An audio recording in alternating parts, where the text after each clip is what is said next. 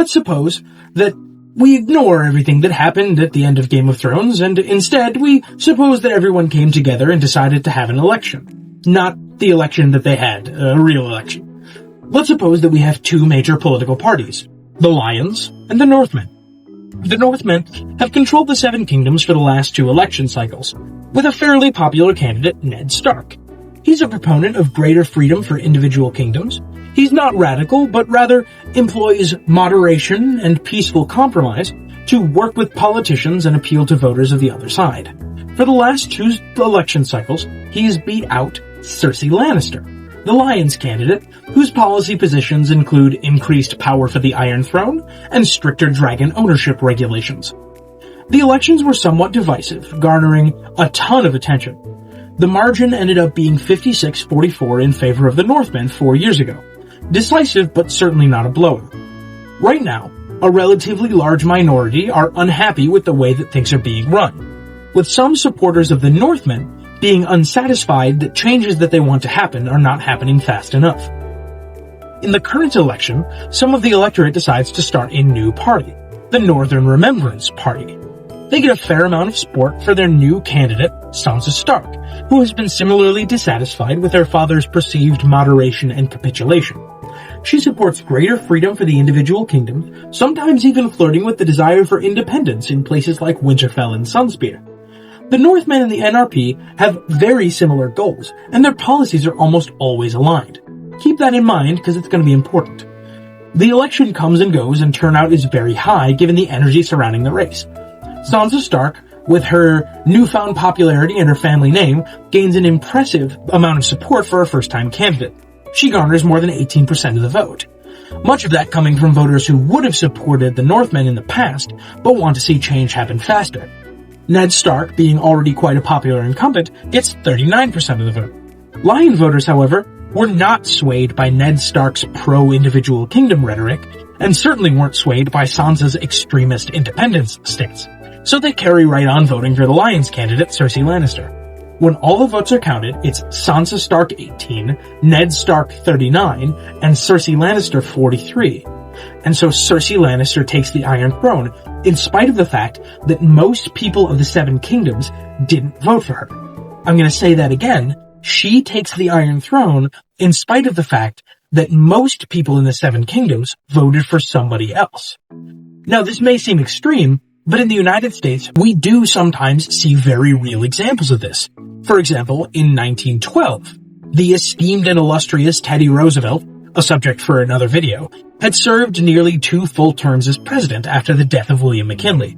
He served from 1901 to 1909, and in the election of 1908 he did the Washingtonian thing and chose not to run for re-election. Roosevelt threw his endorsement behind his own Secretary of War, today known as the Secretary of Defense, William Howard Taft.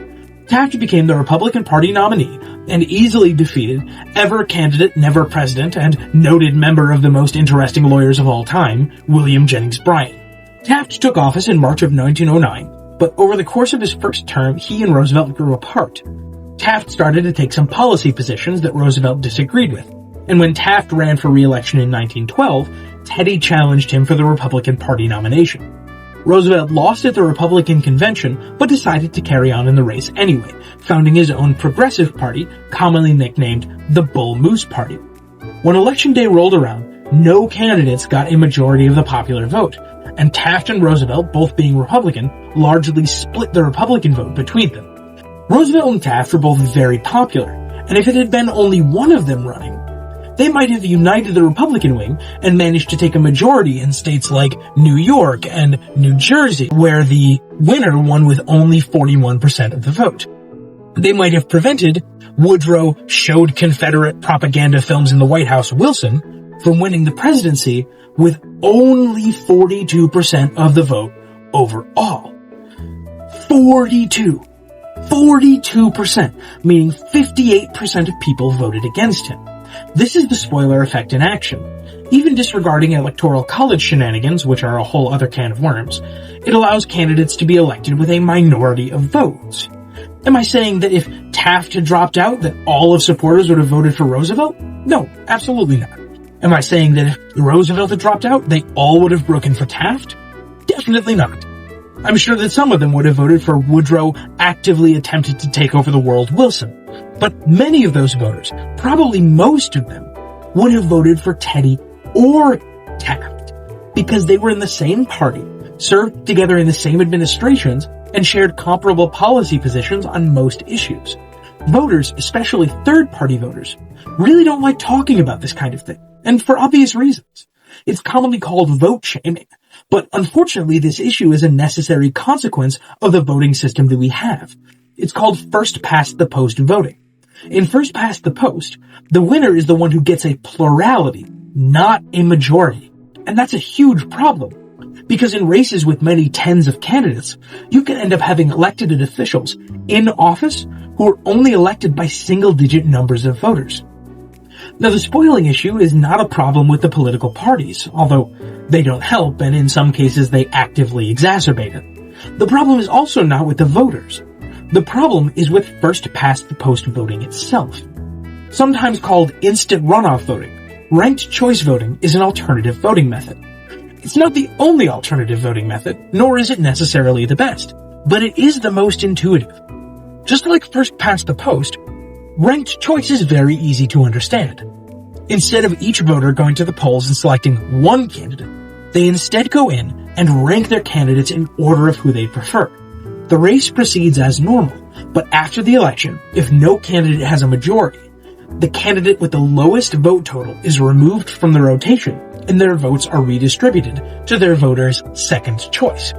If after that round, still no candidate has a majority, then the next lowest candidate is dropped, and so on until eventually somebody breaks 50%. Let's return to our hypothetical Westerosi election, but this time we'll use ranked choice. The election turns out the same, with Sansa at 18, Ned at 39, and Cersei at 43. Under first-past-the-post, Cersei would become leader. In ranked choice, Sansa would then be eliminated, and her votes would be redistributed among the remaining candidates. Let's say that 18% of her voters, the original number, 3 of those put Cersei as their second choice, and 15 of those put Ned as their second choice.